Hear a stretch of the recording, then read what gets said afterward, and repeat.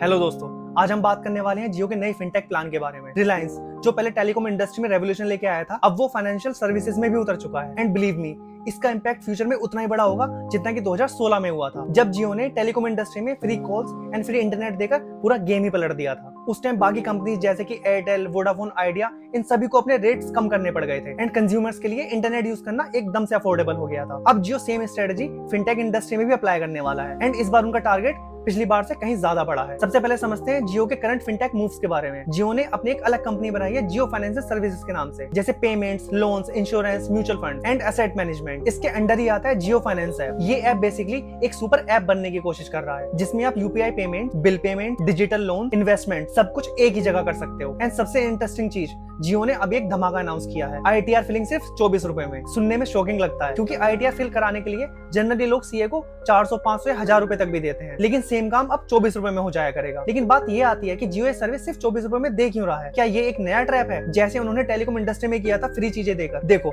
इसका सिंपल सा लॉजिक है। जियो का मेन गोल आईटीआर से पैसा कमाना है ही नहीं। उनका रियल मोटिव है डेटा कलेक्शन। जब आप आईटीआर फिल करने के लिए अपना पर्सनल डेटा जियो ऐप में डालोगे, तो जियो के पास में एक मैसिव डेटा पूल बन जाएगा। फिर ये डेटा उनको हेल्प करेगा आपको टारगेट करने के लिए बाकी सर्विसेज के लिए, जहां पर वो अपनी बाकी सर्विसेज आपको वापस से बेच सकेंगे, जैसे कि insurance, personal loan, mutual funds या फिर क्रेडिट कार्ड। मतलब 24 रुपए में आईटीआर एक एंट्री पॉइंट है, जहां से कस्टमर आपके इकोसिस्टम में आ जाएगा। ये वही स्ट्रेटेजी है जो उन्होंने टेलीकॉम इंडस्ट्री में की थी। पहले फ्री दिया, फिर आदत लगाई और फिर पूरा मार्केट ही अपने अंडर ले लिया। अब बात करते हैं जियो की बड़ी पार्टनरशिप की। जियो ने सबसे बड़ी asset management company black rock के साथ में पार्टनरशिप करी है, जिसका पूरा नाम है ब्लैक रॉक एसेट मैनेजमेंट। ये इंडिया की म्यूचुअल फंड मार्केट में बहुत ही लो कॉस्ट में प्रोडक्ट लॉन्च करने वाली है, जिससे कि ग्रो, जीरोधा जैसे प्लेटफॉर्म को सीधा कंपटीशन मिलने वाला है। इसके बाद जियो ने इंश्योरेंस सेक्टर में अलियांस के साथ में पार्टनरशिप करी है, जहां पर वो इंश्योरेंस, री इंश्योरेंस प्रोडक्ट लेके आने वाले हैं। मतलब यहाँ पर Jio full fledged financial ecosystem create कर रहा है, यूपीआई, लोन्स, इन्वेस्टमेंट सब एक ही जगह पर। अब थोड़ा सा डिस्कस करते हैं फायदे और नुकसान। सबसे पहले फायदे की बात करते हैं। कंज्यूमर्स के लिए फाइनेंशियल सर्विसेज काफी अफोर्डेबल हो जाएंगे। आज के टाइम में हमें से काफी लोग हेल्थ इंश्योरेंस या फिर टर्म इंश्योरेंस इसलिए नहीं लेते क्योंकि हमें वो महंगा लगता है। अगर यही सर्विसेज हमें थोड़ी कम कॉस्ट में मिलेंगी,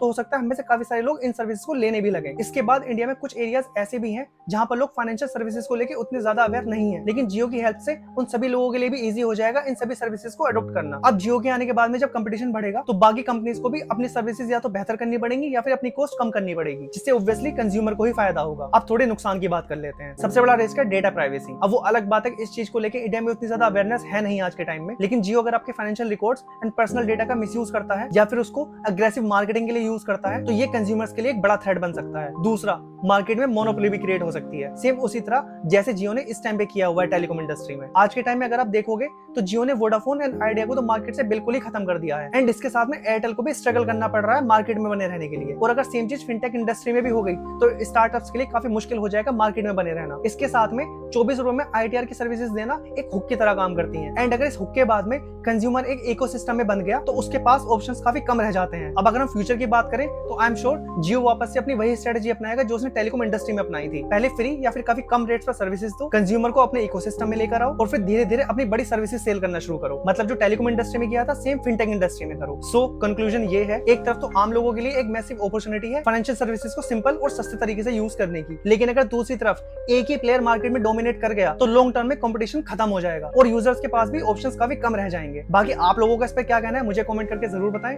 वीडियो पसंद आई हो तो लाइक करें and don't forget to subscribe to my channel.